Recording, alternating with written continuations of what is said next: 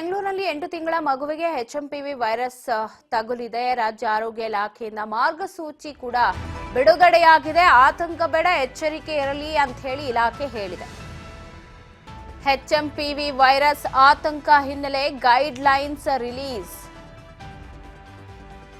ಮಕ್ಕಳು, ವೃದ್ಧರು ಏನ್ ಮಾಡಬೇಕು, ಏನ್ ಮಾಡಬಾರದು ಅಂತ ಗೈಡ್ ಲೈನ್ಸ್ ಅನ್ನ ಹಾಕಿದ್ದಾರೆ. ಅನಾರೋಗ್ಯ ಪೀಡಿತರ ಸಂಪರ್ಕಕ್ಕೆ ಬಂದಾಗ ಏನ್ ಮಾಡಬೇಕು, ತತ್ಕ್ಷಣ ಪ್ರಾಥಮಿಕ ಚಿಕಿತ್ಸೆ ಅಂತೀವಲ್ಲ ಅದನ್ನೆಲ್ಲ ಯಾವ ತರ ಮಾಡ್ಕೊಳ್ಬೇಕು ಅಂತ ಹೇಳಿ ಗೈಡ್ ಲೈನ್ಸ್ ಬಿಡುಗಡೆ ಮಾಡಿದರೆ.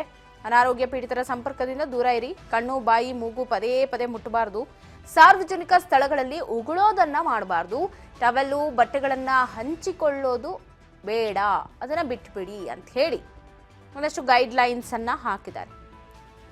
ಜ್ವರ ಬಂದ್ರೆ, ಕೆಮ್ಮು ಬಂದ್ರೆ, ನೆಗಡಿ ಬಂದ್ರೆ ಸ್ವಲ್ಪ ಮಕ್ಕಳಿಂದನೂ ದೂರ ಇರಿ, ವೃದ್ಧರಿಂದಲೂ ಸ್ವಲ್ಪ ದೂರ ಇರಿ ಅಂತ. ಅವ್ರಿಗೆ ಬೇಗ ಅಟ್ಯಾಕ್ ಆಗುತ್ತೆ, ಅಸ್ತಮಾ ಆಗಿರಬಹುದು, ಈ ಶ್ವಾಸಕೋಶದ ಸಮಸ್ಯೆ ಇರೋರು, ಸೊ ಇಂಥ ಪೇಷಂಟ್ಸ್ಗಳಿಂದ ಕೂಡ ಸ್ವಲ್ಪ ಮಟ್ಟಿಗೆ ಅಂತರವನ್ನ ಕಾಯ್ದುಕೊಳ್ಳಿ, ದೂರ ಇರಿ ಅಂತ.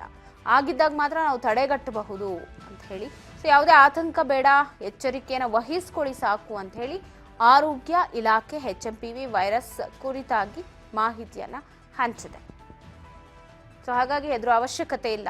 ಅವ್ರು ಹೇಳ್ದಂಗೆ ಸ್ವಲ್ಪ ಡಿಸ್ಟೆನ್ಸ್ ಮೇಂಟೈನ್ ಮಾಡಬೇಕಾಗುತ್ತೆ. ಮನೆಯಲ್ಲಿ ನೀವು ಯೂಸ್ ಮಾಡೋ ಬಟ್ಟೆಗಳನ್ನು ಹಂಚ್ಕೊಳ್ಳೋದಾಗಿರ್ಬೋದು, ಒಬ್ಬರಿಂದ ಒಬ್ಬರಿಗೆ ಪದೇ ಪದೇ ಮೂಗನ್ನ ತುರ್ಕೆ ಮಾಡ್ಕೊಳ್ಳೋದು, ಬಾಯಿ ಮುಟ್ಕೊಳ್ಳೋದು ಅಥವಾ ಕೆಂಬರೋದು, ಇದೆಲ್ಲ ಆದಾಗ ಸ್ವಲ್ಪ ಜಾಗರೂಕತೆಯಿಂದ ಇರಿ ಅಂತ ಹೇಳಿ ಆರೋಗ್ಯ ಇಲಾಖೆ ಮಾಹಿತಿಯನ್ನ ನೀಡಿದೆ.